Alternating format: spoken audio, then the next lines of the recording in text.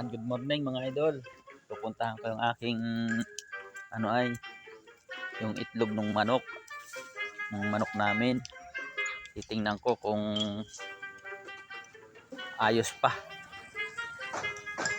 Ibisitahin ko mga idol yung manok.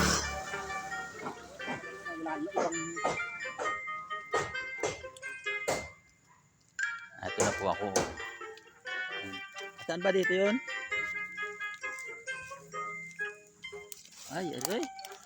Puro balat na. Ala.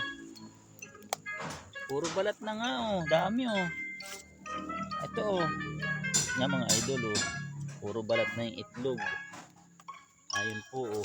Ala. Kaya naman ah. Anong nangyari na yan? Ano kayang kumain dito? Ano kayang kumain? Ubos ay? Sinipsip? Ayun oh. Jessica oh. Oh. Ayan. Ano pa oh, ano pa sa dulo? Ayun oh. Meron pa dito. Ah, wala na rin, balat na rin. Balat na rin mga idol oh. Siguro ay gawa ng aso. Pare ko mga idol ay gawa ng aso. Kinain ng aso. Kinain ng aso. Wala na. Yari na. Naubos na ang aming itlog dito. Kaya naman na.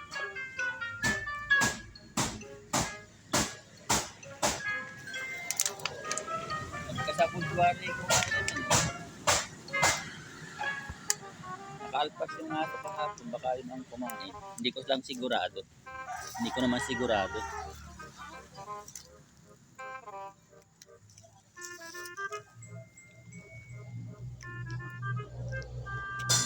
Ubos ay.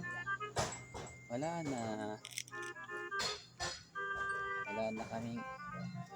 Wala nang itlog. Kinain na. Kinain na ng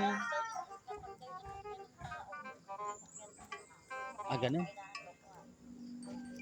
Gayon ba yun?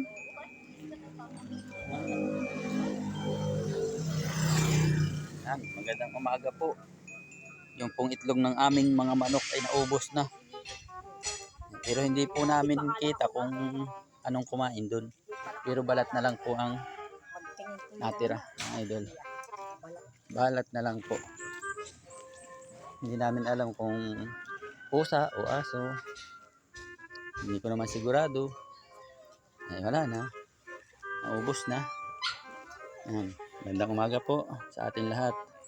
Hindi ko naman mga idol sigurado kung anong kumain doon. Baka mamaya ayun ay musang ang kumain. May musang kasi dito sa amin.